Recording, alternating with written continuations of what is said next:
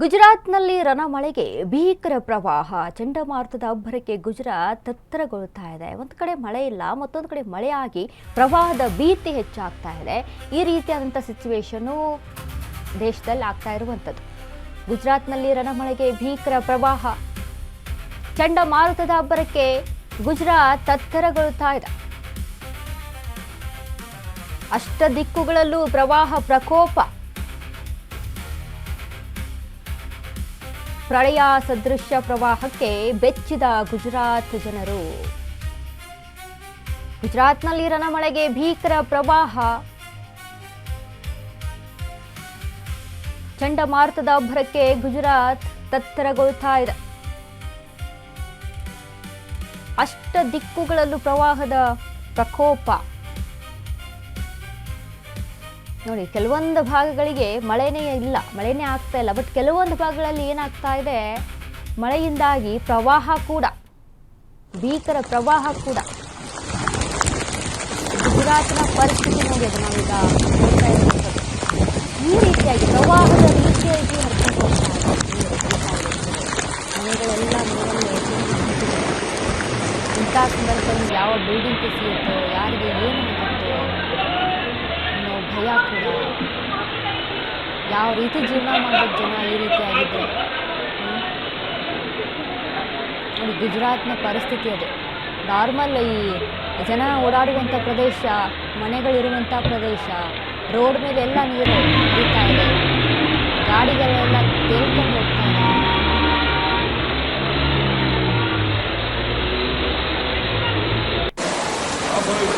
Market ಎಲ್ಲ ನೀರೇ ನೀರು. पानी આવી ગયો ભાઈ કઈ બી કે પર remember the name mall com થઈ ગયો. ಕೆಲವೊಂದು ಕಡೆ ಮಳೆನೇ ಇಲ್ಲ ಅಂತ ಹೇಳ್ತೀವಿ, ಬರಗಾಲ ಅಪ್ಪ ಅಂತ ಹೇಳ್ತೀವಿ. ಇಲ್ಲಿ ಯಾಕಾದ್ರೂ ಮಳೆ ಬರ್ತಿದೆ ಅಂತಿದ್ದಾರೆ ಜನ.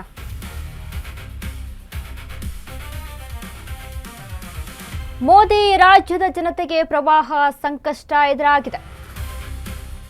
ಗುಜರಾತ್ನ 265 ತಾಲೂಕುಗಳು ಜಲಾವೃತವಾಗಿದೆ. ವಿನಾಶಕಾರಿ ಪರಿಸ್ಥಿತಿ ತಲುಪಿದ ಪಟಾನ್ ಜಿಲ್ಲೆ. ಸಂತಲ್ಪುರದಲ್ಲಿ 15 ಇಂಚು ಭಾರೀ ಮಳೆ ಆಗ್ತಾ ಇದೆ. ಇನ್ನು ಎಲ್ಲಾ ದಿಕ್ಕುಗಳಲ್ಲಿ ಜಲಾವೃತಗೊಂಡ ನಗರ.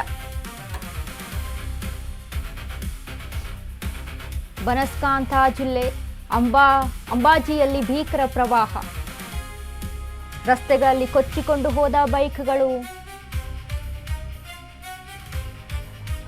ಬೈಕ್ ಹಿಡಿದು ನಿಲ್ಲಿಸೋಕೆ ಸವಾರರ ಪರದಾಟ.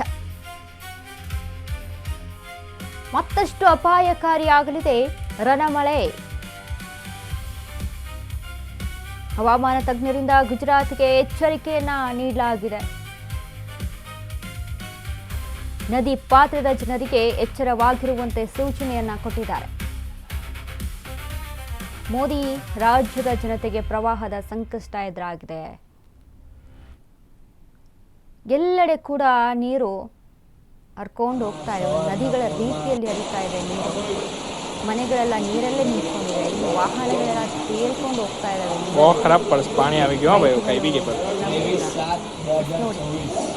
Remember the name mall com થઈ ગયો. ಯಾವ ರೀತಿಯಾಗಿ ಆಗಿದೆ ಅಲ್ಲಿ ಅಂತ ಗುಜರಾತ್ನ ಸಿಚುವೇಶನ್. ಮೋದಿ ರಾಜ್ಯ ಯಾವ್ದಾದ್ರೂ ಈಗ ದೇಶದ ಪ್ರಧಾನಿ ಅಂತ ಅಂದ್ರೆ ಗುಜರಾತ್ ಅಲ್ಲಿ ಆಗಿದೆ. ಎಲ್ಲಾದ್ರೂ ಕೂಡ ಏನಾದ್ರೂ ಒಂದು ಪರಿಹಾರವನ್ನ ಮಾಡಿಕೊಡ್ಲೇಬೇಕು. ಈ ಸ್ಥಳೀಯವಾಗಿ ಅಂತ ಸಂಬಂಧಪಟ್ಟಂತ ಸರ್ಕಾರಕ್ಕೆ ಕೂಡ ನ್ಯಾಚುರಲ್ ಆಗಿವೆ, ನೈಸರ್ಗಿಕ ವಿಕೋಪಗಳಿವೆಲ್ಲ. ಯಾವುದು ಇದರಲ್ಲೂ ಕೂಡ ಯಾವುದೇ ರಾಜಕೀಯ ಬರೋದಿಲ್ಲ, ನೈಸರ್ಗಿಕವಾಗಿ ಆದಂಥದ್ದು ನೈಸರ್ಗಿಕ ವಿಕೋಪಗಳು. ಸೊ ಹೀಗಾಗಿ ಜನ ಕೂಡ ಒಂದು ಎಚ್ಚರಿಕೆಯಿಂದ ಇರಬೇಕು ಅಂತ ಹವಾಮಾನ ತಜ್ಞರು ತಿಳಿಸಿದ್ದಾರೆ.